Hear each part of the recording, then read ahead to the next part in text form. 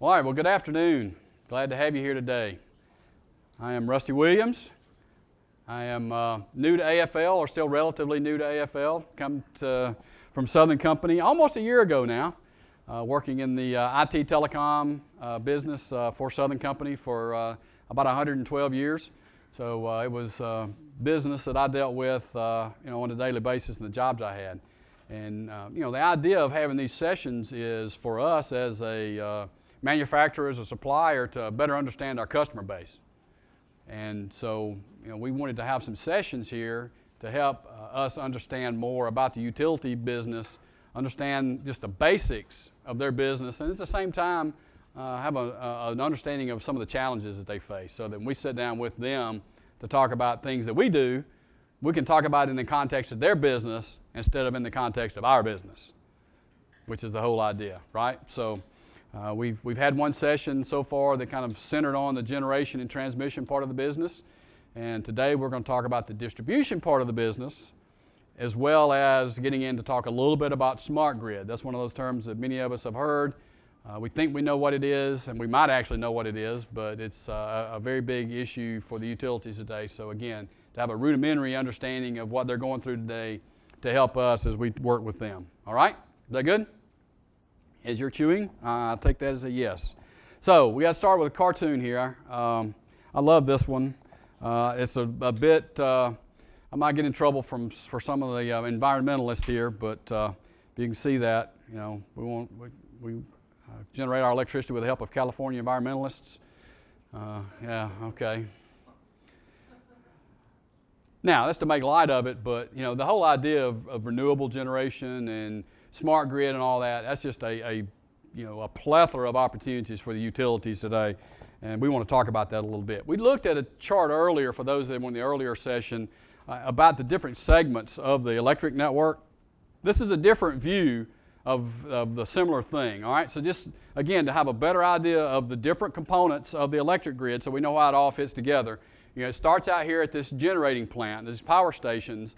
And again, as we talked earlier, it could be coal, it could be nuclear, it could be solar, wind, whatever, but it's someplace where the electricity is generated, it is created, if you want to use that term, and then it's transported via, as we talked earlier, a good analogy of an interstate highway, this high-capacity network, to the neighborhoods where we run through a distribution substation into the distribution network, to our homes, to our businesses, to our plants. All right. So when we think about the electric network, typically that's what we think about: the wires in our neighborhood, the wires that feed the facility here. Those are part of the distribution network. All right. So that's what we're going to concentrate on for the next 45 minutes or so, is to talk about this distribution network, how it exists today, how it's existed for the last 100 years, and then what's going to happen as we move forward over the next few years. Now, I actually started in the distribution business at Southern Company. When I first came out of college, was doing distribution engineering work, and I was in South Alabama in the middle of farming country. And, again, the distribution business had been run the same way for 50 years. And those guys like it that way. The power company guys love it that way because they don't have to think too much. Right? They had to set, this is before the days of computers, right? They had this set of standards books. Kurt may remember standards books, right? And the yeah, he wasn't there 112 years. And the quote I got given several times was, if it's not in that book, and if it's not the way it's been done for the last 50 years, don't even ask about it. And those guys, they were comfortable in that business, right? And in rural parts of the South, right, just like here in South Carolina, you're trying to figure out how to provide power to some farmer for an electric fence, or, in that part of Alabama, it was peanut country, so you had to get, power to peanut dryers, and, it wasn't very exciting. And I'll say it that way. Got kind of boring for me, so I jumped over, which is really my intent, on the technology side and the telecom side.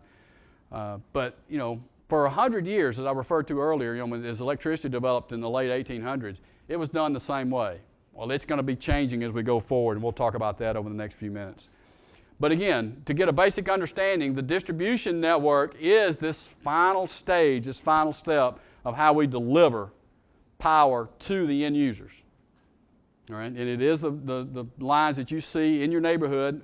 We'll refer to it as medium voltage. I said earlier, technically it's below 69 kV and from a voltage. This says 50, and generally it is below 50, but technically it's below 69 kV. From a voltage perspective, and I'll try not to get too nerdy for you here, like I did a couple times before, but there is a couple of things that we need to understand as you go through and think about this. So we think about it from a medium voltage. Why does that matter, right? So what actually causes our appliances in our home to actually function, right? It's the current that flows through the network. It's not the voltage, it's the current. The current flow of electrons is actually what powers the TV and the washing machine and all the things in your house, right? So again, Ohm's law, the guys, you guys' eyes are spinning back in your head, some of you, I understand, but you have to think about it in terms of, I've got to have current in my house to operate, and I've got a certain amount of power that I require, then that sort of calculates your voltage for you. So that medium voltage and then the low voltage in the house, the 240 volts, 120 volts, right? That, as you go back from your generating plant, it creates it at a lower voltage, very high current, steps it up into the transmission lines, which is a very high voltage, very low current. Then you get into the distribution network, was in the middle, lower voltage, higher current, then into your homes, where you go through the transformers and you got low voltage, but high current. Does that make sense? Again, I don't want to get too nerdy and Joule's law and Ohm's law and all that kind of stuff, but that's really, that's a fundamental when you think about it from a power engineering perspective. You got to have current in that home to run it. All right, so that means the voltages are going to be lower. All right, you okay with that? And I promise not to do that anymore. All right, so think about a substation, the distribution substation in your network. In your neighborhoods, excuse me. Have you ever paid attention? You're one of those nerdy guys or just got bored one day and was going, I wonder what's inside the fence. What all happens inside of a distribution substation? Do we have any idea? Anybody know? We have transformers, and the purpose of that transformer is to step the voltage down from that transmission voltage that we were just referring to that's high to this medium voltage that's going to go out on the lines to go into my neighborhood. All right? That's the primary purpose of that substation in your neighborhood. There are other things in there. There are breakers in there. There's switches in there. There's all sorts of things that are in there along with that. But the primary purpose, and this is sort of this diagram, I found this diagram sort of at the last minute, and it kind of helps a little bit maybe to kind of picture what goes on. Your transmission comes in over here, your high voltage, and you're going to go through different sets of equipment to where you've got disconnect switches, you've got breakers, you've got the actual transformer itself, you've got breakers, and then it goes out the other side in the medium voltage in your distribution network. Okay? Does that make sense? So it's going to come in transmission, high voltage, and it's going to go out this medium voltage, but higher current. And I've got the capability in that substation where I've got a breaker that'll open when bad things happen, your power goes out. I'll explain that in just a little bit. All right? I can open it up. I've got disconnects in there. If I need to do work, I can open it up and I can turn the power off. Okay? That's in your neighborhood, your substation. There are other things when you get to riding around on the line. Again, if you're really disturbed like some of us are and you kind of pay attention to things hanging on the poles, there's a lot of things that go on out there on your distribution network. There are voltage regulators. Again, if it goes long distances away from the substation and houses are connected to it. We were talking about on the transmission grid earlier, when you pull a lot of power off that grid, the voltage starts to go down. Same thing on distribution. If you go a long way and there's a lot of houses on it, the voltage starts to drop. So the utilities will put in voltage regulators to boost that voltage back up to where it won't hurt your appliances in your house. There's a loss when you do that, as we've been talking about, but that will allow you to operate for a long way away from the substation. There are capacitor banks out there. I don't know if you ever, why would, this is the real power engineering guys. Why worry about capacitor banks on? Not the primary purpose, but that's. Pardon? It's for the reactants the volt amp reactance, correct, that motors place on the network. Okay? So if you get the little bitty boxes kind of like that, when you get to looking for them, that's hanging on poles, you'll see them from time to time. You'll see switches, you'll see reclosers, there's breakers that will automatically close and open depending on what happens. And I'll show you, we're going to spend a lot of time today looking at kind of diagrams to kind of help understand. So you see other devices, right? You see these little disconnects. You've seen these things. These things have been around, again, ever since God created electricity. These little fuse disconnects. You see those over transformers. You see them out on the line by itself. That's actually a fuse inside of that little barrel that when the current gets too high, it'll blow. If you ever hear anything pop that's what pops. It's those fuses in those barrels. Right? They take many different forms, shapes, and sizes, but fundamentally that's what that is. All right? And again, the idea is you don't want to burn down your whole network. If you've got a tree fall somewhere and you're drawing a lot of current, you want that to blow instead of having something that costs $100,000 on your network to blow up. Your transformer in your substation to blow. You don't want that to blow up. That takes a lot of money and a lot of effort to fix if that was what ended up being the weak link. All right? And then the transformers themselves, another transformer in the network. Again, back to the Ohm's law thing, we're going to reduce it from the medium voltage to the low voltage so that you can bring that into your house with the current that you need, all right, to run all your appliances. Stuff that's out there, all right? So, for all the engineers in the room, nice little diagram. I want you to think about this, all right? Put your hats on. Think about how this is put together. This is sort of a single line, very simple view of a distribution network where I've got a substation over here in one part of the neighborhood. I've got another substation in another part of the neighborhood, and here's all the lines that go out. All right, again, very simplified. But I've got a switch in here, and I've got a recloser here, and I've got these little fuse disconnects here throughout the network so I can isolate and sectionalize the network when things happen. When I need to do that, I can do that. All right? I've got a little point right here that the distribution guys call a normal open point, but that's a switch that you always leave open. And you're feeding it from both sides. In fact, I've got the next diagram kind of shows the current flow along those lines, okay? So I'm flowing out of this substation to those areas. And I get to that point and it stops because it's open. It's a disconnect there. And then I'm coming out of this substation, feeding all these lines until I get to that point and it stops. So what do you think the purpose of that little switch right there is? In case something happens and you need to backfeed, then you've got the capability of doing that without having to do anything really massive. It would take a lot of efforts. All right? So that makes sense to you? Kind of a general overview. So I've got a fuse here, so if something happened down here, theoretically, if the system's designed right, a tree falls down here, this fuse will blow and will open up before it goes all the way back and the substation breaker's open and everybody's out.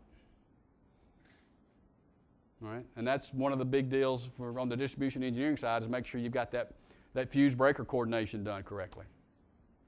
Okay? So does that make sense? All right, so let's take a hypothetical. I didn't. Thank you. Kurt just mentioned, one thing I didn't explain here is what I've kind of labeled a breaker or a recloser. You've actually got one in a substation, and you've got them out on the line as well. And that's actually a device that will try to, when you have a problem, it will open up like a breaker, like in your home, but it will try to close back. Again, to try to keep the power on so that if you had something temporary happen, a tree kind of brushed across the line, didn't bring it down, but just kind of brushed across it and caused a surge of electricity, surge of current, then it would try to close again and get the power back on without having to send a human out there to do it. Same thing happens in the substation. You got that breaker, and those two work together. So I'll tell you a little trick to learn the difference in the two. All right? The substation breaker, when something happens on the line in the substation, what it will do is it will try to close twice very quickly, within a second or two. And you'll see, and you may have recognized that in your home. The lights will blink a couple of times and then go off. and there's like a 30-second timer. It kind of differs from utility to utility, but roughly a 30-second timer in that utility breaker. It'll try it again after about 30 seconds. So you've seen your lights blink and you think they're coming back on, but they don't. There's still a problem, and it'll sit there and wait for another 2-3 minutes, and it will try it again to see if the fault is still there. So if you're at home and that happens on your substation, your lights are out and you see it go twice and then once again, then it's gone after that. They've got to go clear the fault. They've got to send people out to get the tree off the line or whatever's going on to cause the problem. And then these breakers that's out on the line just try to close twice very quickly. Again, their idea is, one, they've got to coordinate with this breaker back here, so they've got to operate fast enough that this breaker doesn't see it, but yet slow enough that a fault would clear. A tree brushed against the line or something, a squirrel got on it and committed suicide and fell off, and then he can come back, the power can come back after the squirrel's laying on the ground. Okay? Thank you, Kurt. That's a good point. All right? So what happens then if we have a tree fall across the line? All right? So you guys tell me. You guys help me figure out what's going to happen to this distribution network if a tree were to fall across the line right there. So what's going to happen if you look back down the line, the first device that could protect this line is actually in the substation. All right? So if you've got that tree's across the line and it's dead, it's on the ground, okay, then the lights are going to go out. Everywhere that's fed out of that substation, so all down this line, all down that line, to that normal open point, all of that's going to be dead. But since it happened right there, it sure would be nice if we could get some of the power back on. Maybe it's going to be 6 hours before I can get a crew out there to get the poles up and the line up. So what can I do to sectionalize this line? I can go through and do, Donna's looking, she's pointing back there. So we can come in and open this breaker right here, this recloser. We could open it up and then come back and close that normal open point. Right? Close that normal open switch, open that breaker, and I get lights back on for these guys that are in here until I can get in there and fix that. Okay? That make sense? And then when I get it fixed, you kind of do everything in reverse. Go back in, open that up, close that, you get the power back on, and it's back like it was originally. All right? And again, that's the way it really had operated for 50 years. Is there a disruption when you end up having to close it and bring it back to how it was previously? Well, you have to do it in the right sequence because you can't have power flowing from two different directions. So you would have to open this first and then close that. So for an instant or a minute or 30 seconds, the power is going to go back off for these guys that are here. All right? And again, when you've got humans doing it, and I'm having to talk across the radio to the linemen that are out there, I've got a guy that's physically at this switch. I've got a guy physically at this breaker, and we've got the crew that's there. We've got to have somebody at the substation breaker. So the guy in the office, again, when I was doing it 25 years ago, it was all manual, and you were doing it on paper, right? You had the maps in your office where you knew all your lines were, and you'd call this guy and say, all right, I want you to open that normal open switch. And you'd go through the whole routine of telling him, and he would repeat it, and then they'd go do it, and they'd come back. And then once he said he had opened that, you'd go back to this guy and tell him to close that one. And so that would energize that back to there, right? So it was a very manual process. It has been a very manual process for 50 years. And there is, it may not have been your exact question, but there was a lot of power quality issues as you did that. Voltage may kind of go up and down as you close these things. Current may kind of fluctuate a little bit. Your frequency may take a little bit of a hit as you're opening and closing that. Usually not enough to cause a problem, but enough sometimes to notice the difference. All right, so very basic. We're going to come back to this in a minute after we talk about smart grid stuff for a little while. All right, but very basic distribution kind of functionality. All right, is everybody okay with that? Any questions related to that? And by the way, the transmission lines we talked about, they come in and feed this substation. So those high voltage lines come into that substation. It gets transformed into the medium voltage and then goes out. So you kind of get to see the building blocks kind of come together, okay?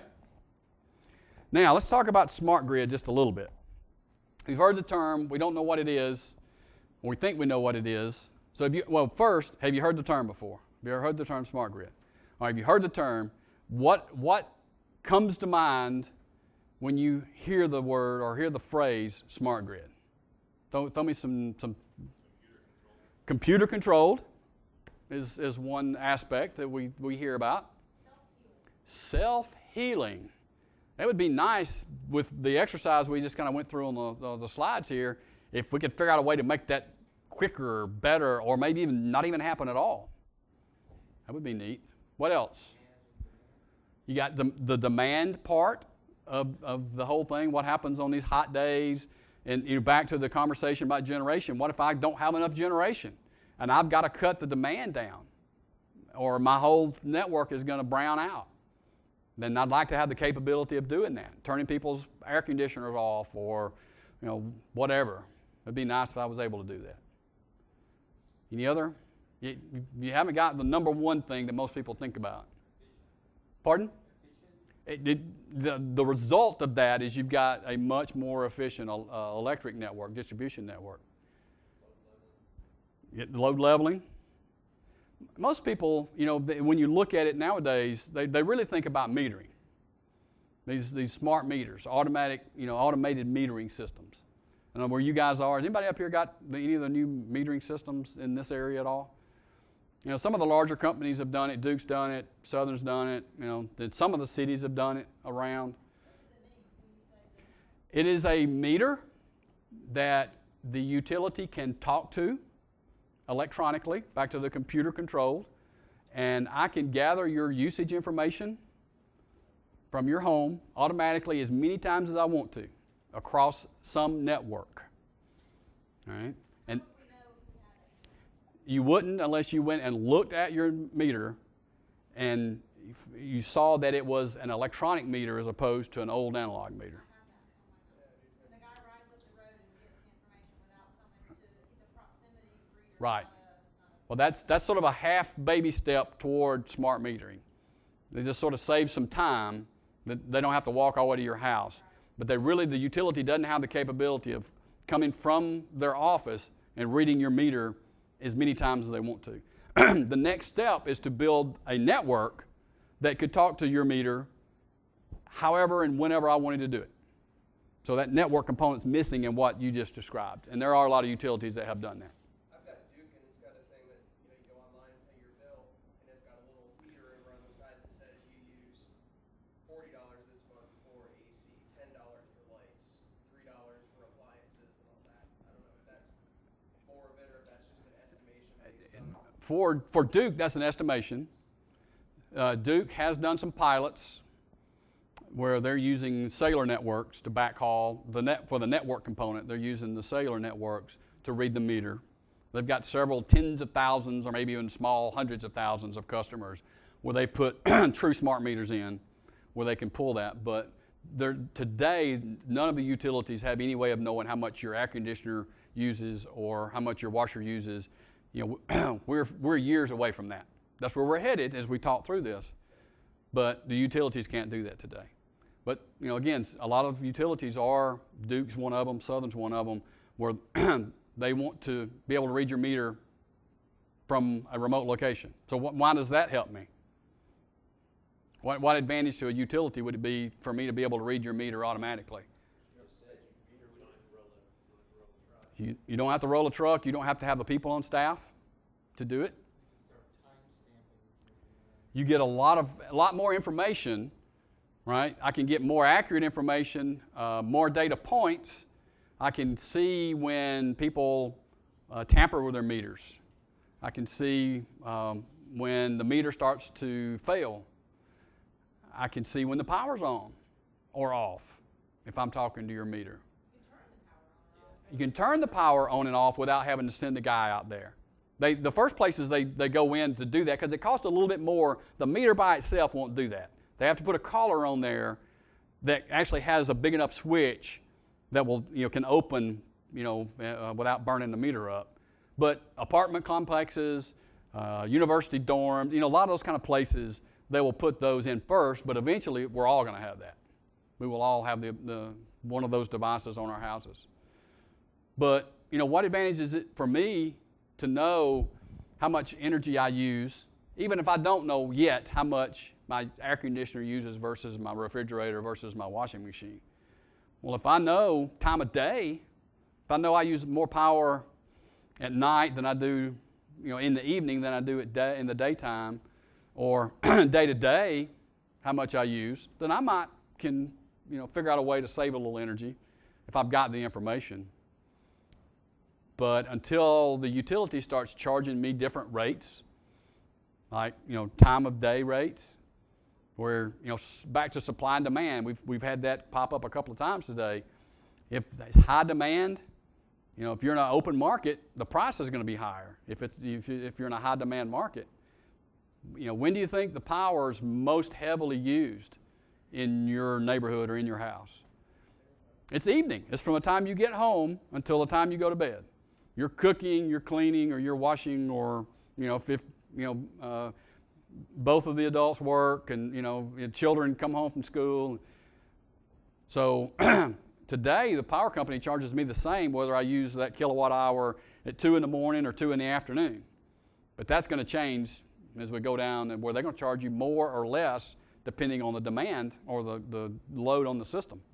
So you might decide to run your washing machine at 2 in the morning, or turn your air conditioner down 5 notches when you're not there.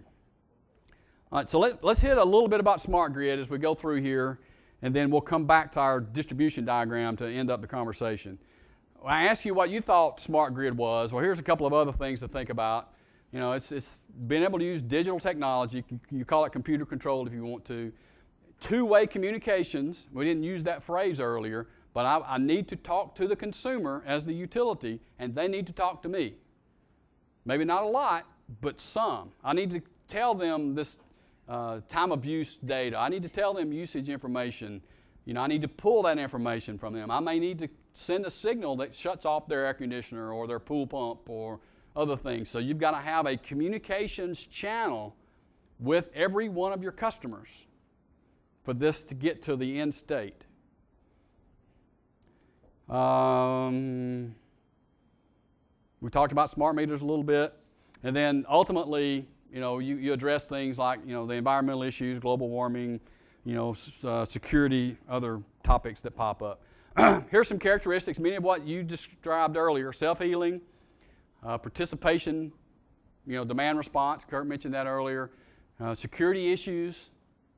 I've got to protect that grid from some kind of attack. So whether I've got to do video surveillance or I just need to monitor everything that's going on the electric network, then this is my mechanism for doing that. Power quality issues. Again, 25 years ago, what was the worst thing that happened when the lights blinked at your house? What did you hate to come in and see? You hated to see your little clock on your VCR blinking, right? That always made you, but nothing else really mattered. Today, that's not the case. Power quality matters in homes. TVs, computers, all the things that we have in our homes are very sensitive to changes in that 60 cycle signal that we talked about earlier. And we don't want the lights to go off ever as a consumer. We never want it to go off. All the generation things we've been talking about, renewable and distributed. I mentioned in the previous session that that energy, that electricity could not be stored. And that's really been the case looking backwards for the last 100 years. Looking forward, that's not going to be the case. There are technologies evolving and things that are going to happen that's going to allow us to store some amount of electricity, some amount of energy. Again, you think about batteries, right, is what you think about. And so, how many D-cell batteries does it take to store enough energy to equate to a coal plant? well, it's enough to fill the state of South Carolina, whatever it is. So it's got to be new technologies that do that. But there are things that are going to happen that's going to allow you some amount of capability for energy storage. And one of those is actually electric vehicles. We're going to start seeing a resurgence of electric vehicles, not hybrids, pure electrics. And so what are you going to do if you drive an electric vehicle and you drive it back and forth to work? What are you going to do when you get home? Probably. You're going to plug it up because you got to charge it again for tomorrow. Well, what if there's 100,000 of those in upstate South Carolina that are all plugged in at the same time? Well, they're not all empty. They all have energy still in them. The local utility might want to pull that energy off of your car, off out of those batteries to meet that peak demand between 6 and 10 at night, and then recharge them at night and give you a break on the rate. That's interesting. But again, you got to have a network and the applications to be able to do that and do it effectively. Okay? Because if you can't control it, and we all get home and plug our cars up at the same time, what's going to happen? It's going to melt the distribution network. Because we're all there at one time trying to charge our batteries in our car at the same time that we're there cooking dinner and washing clothes and doing all the other things we're going to do. So the distribution network would just have a meltdown. All right, I like to use this chart from Gartner. I don't know if you've ever seen this before. I've used it a couple of times here at AFL already. It's called a hype cycle. It's developed by Gartner. Any new technology that's developed goes through this evolution. Right? So if you take this trigger point, somebody invents something. It starts, and people start seeing all the great and wonderful things it can do. And all of a sudden it just snowballs, and it's going to solve, world hunger and cure cancer and all the other things that could happen. Well, what happens, after you actually start trying to implement it, you get to going, oh, pooh, it's going to take us a lot longer than I thought, a lot more money than I thought, and it's not going to do all these things that I hoped it would do. So you kind of fall off of that peak down in what Gartner refers to as the trough of disillusionment. You're going, why do I even want to fool with it if it's going to be that way? But then you end up at some point where it should have been to begin with. Well, here's what it's going to do, and we can make it happen, and we can do it for a reasonable cost and reasonable amount of time. So you think about anything, any technology trigger, it kind of follows this. If you think about smart grid, this is my assessment. It's right here at this peak. People are just proclaiming all the things that smart grid is going to be able to do. Just now getting to the point of trying to make them actually do it. And so you're going to see that fall off of, in fact, I saw an article this morning, I think it was the Illinois governor actually vetoed a bill that was actually intended to push the utilities in the state of Illinois to do smart grid. And his response was, well, it's going to cost too much money. It's going to take too much time. There's too many issues associated with this, so we're not going to do it. So he's beginning to see that. So, smart grid will go through this period over the next year, 2, 3, where companies are trying to get to that point, but then ultimately we'll get to some point where it is of value and it is useful for the consumers and the utilities both, okay? So think about all the things at a house. Just think about it from your house. One of the things that might be computerized or connected or we might want to talk to as a utility. It's a lot of things, right? There's going to be plug-in electric vehicles maybe at your house that the utility is going to need to control and talk to. There's going to be this advanced meter. There's going to be, you may have solar panels on your house. You may want to put, I don't know if you're going to put a wind turbine here in South Carolina, but you may want to put some solar panels. And by law, the utility is required to buy that energy from you that you don't use from those solar panels. So the utility needs to be able to talk to that thing so it knows what it's producing, what it's, the excess it's got, and then try to figure out the impact on that local distribution network. Again, a lot of analytics, but it's based on that network to begin with. If I can't talk to it, there's no way I can control it. There's going to be, storage associated with that. So there's all sorts of things that guys that are in these centralized operation centers are going to have to be able to control and talk to at that endpoint. that's all kind of under that umbrella of smart grid. I'm sure there's pockets of this type of activity around the country and different utilities. Is there any one name out there that's the benchmark right now that's leading the way in this type of stuff? Yeah, so the question is there a utility that we could look to say that they're actually doing this and doing it reasonably well? Not necessarily all of it, But a lot of it? The short answer is no. There's been some pockets. Again, most utilities, as they're starting this, are starting with metering and doing metering only.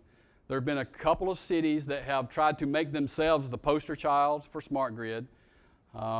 Most of them have ended up kind of falling through that trough, as we talked about. Boulder, Colorado was one of them. I've seen articles recently. XL Energy was working with several companies in Boulder trying to make Boulder the smart grid city of the future.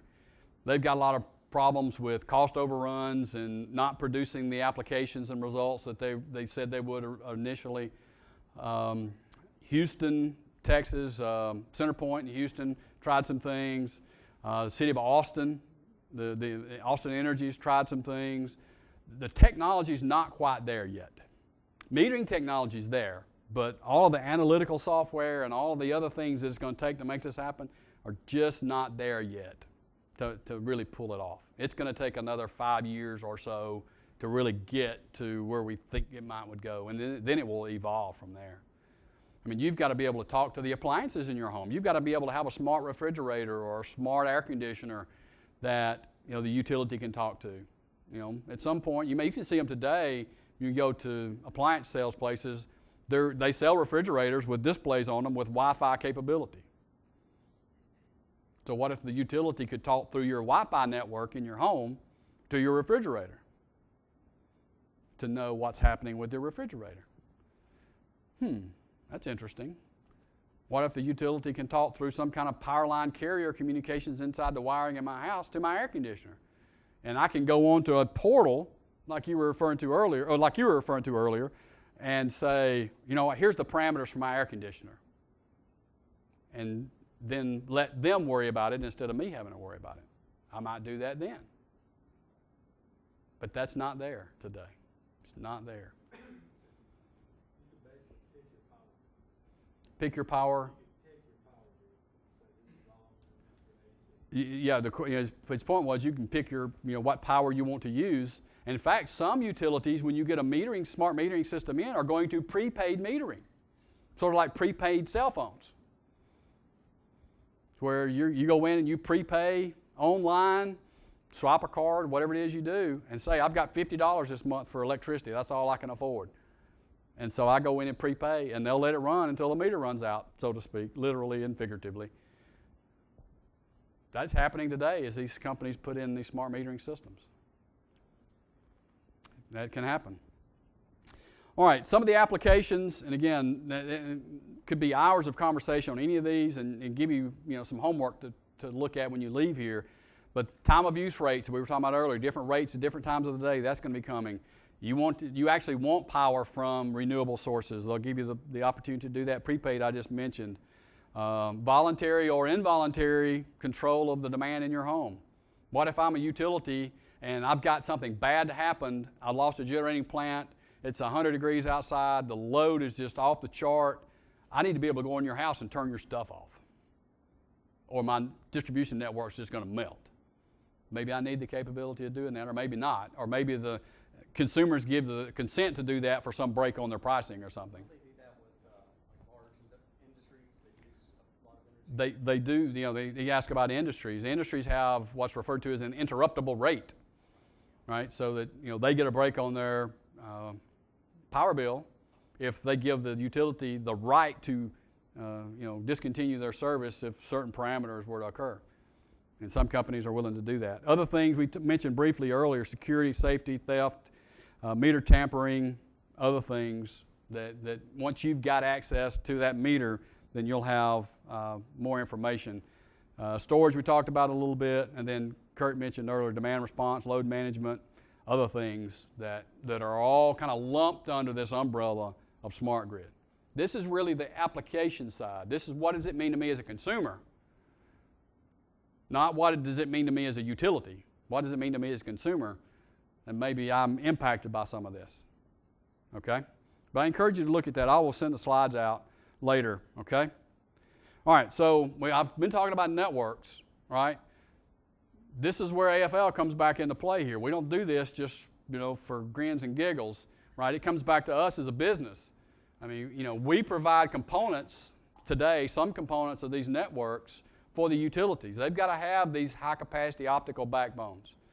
They've got to be able to reach out to the edges of the network, whether it be with fiber or microwave or some kind of wireless technology, to be able to talk to these homes, to be able to do metering or to be able to do the load management or the other things that they need to do. Okay?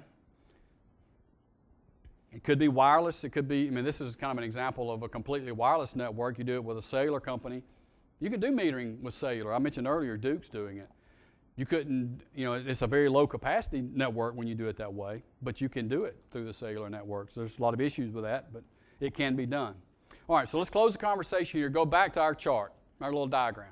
This is where we were earlier with our overhead view single line. All right, what if I could add on top of this some of the components we talked about earlier? We'll throw in some cap banks, throw in a voltage regulator out the end of this line. We'll throw in some sensors. Sensor technology is advancing to the point to where it's almost like barcodes or RFID stuff. It's going to be just inherent in a lot of equipment that the utilities are going to purchase.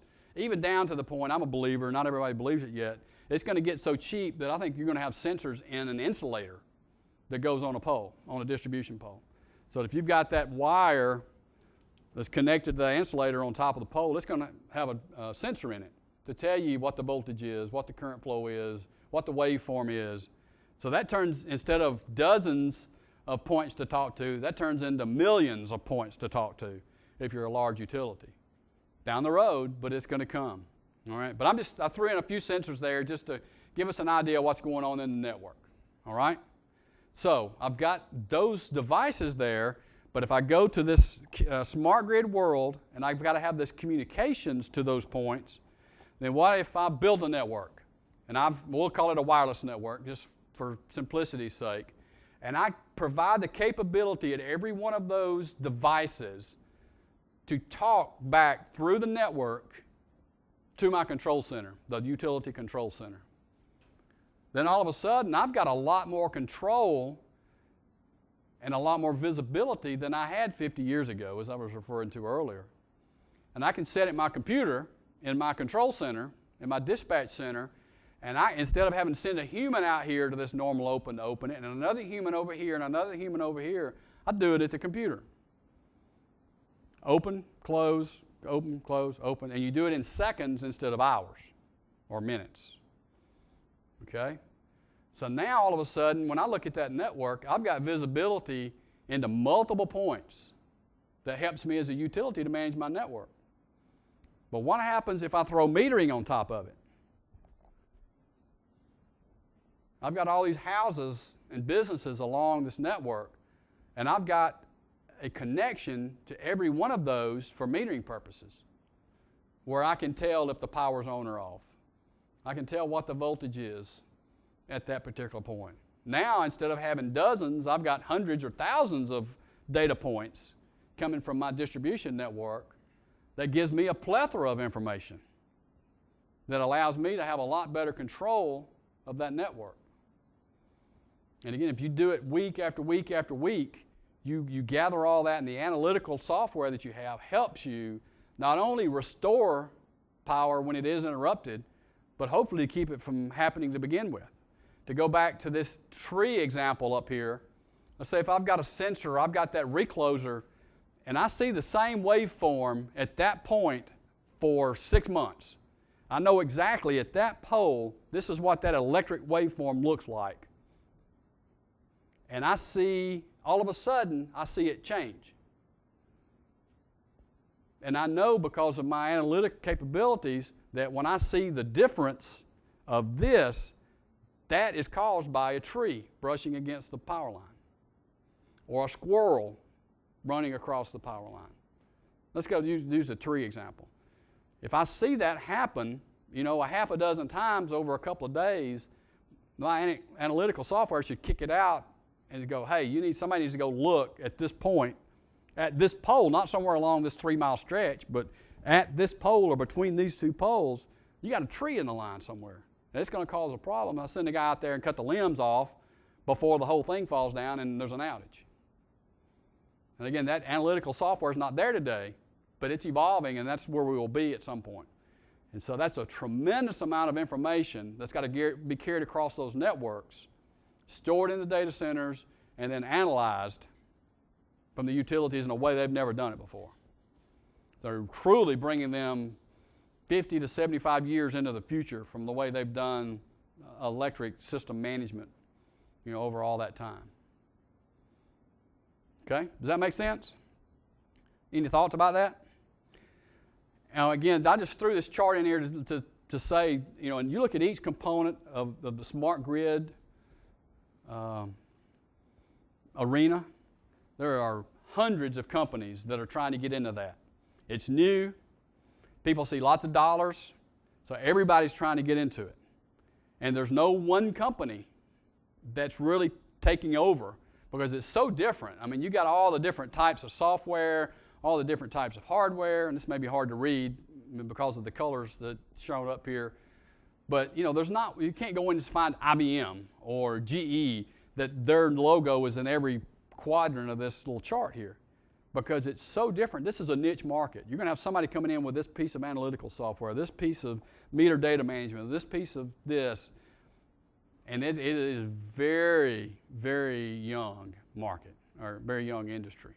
And so there probably will be some consolidation over time, but today there's not an 800-pound gorilla in this space. There's a lot of different people. And when we look at it and try to understand where AFL plays, we're not going to go develop software. We're not going to go develop some device to put in a home to manage your air conditioner. That's typically not what we do. We're going to worry about this network component. What can we do from what's close to what we do or what we do already that will position us to support these utilities and help them as they evolve their networks to be able to run these applications. Cisco is one of the ones you see. She asked about Cisco. You see Cisco's logo there as much as any of them. Cisco is over the last 3 to 5 years, and the last 3 in particular, have smart grids on their target list. And so they've made a lot of acquisitions, almost a shotgun kind of approach. They're starting to back up a little bit today.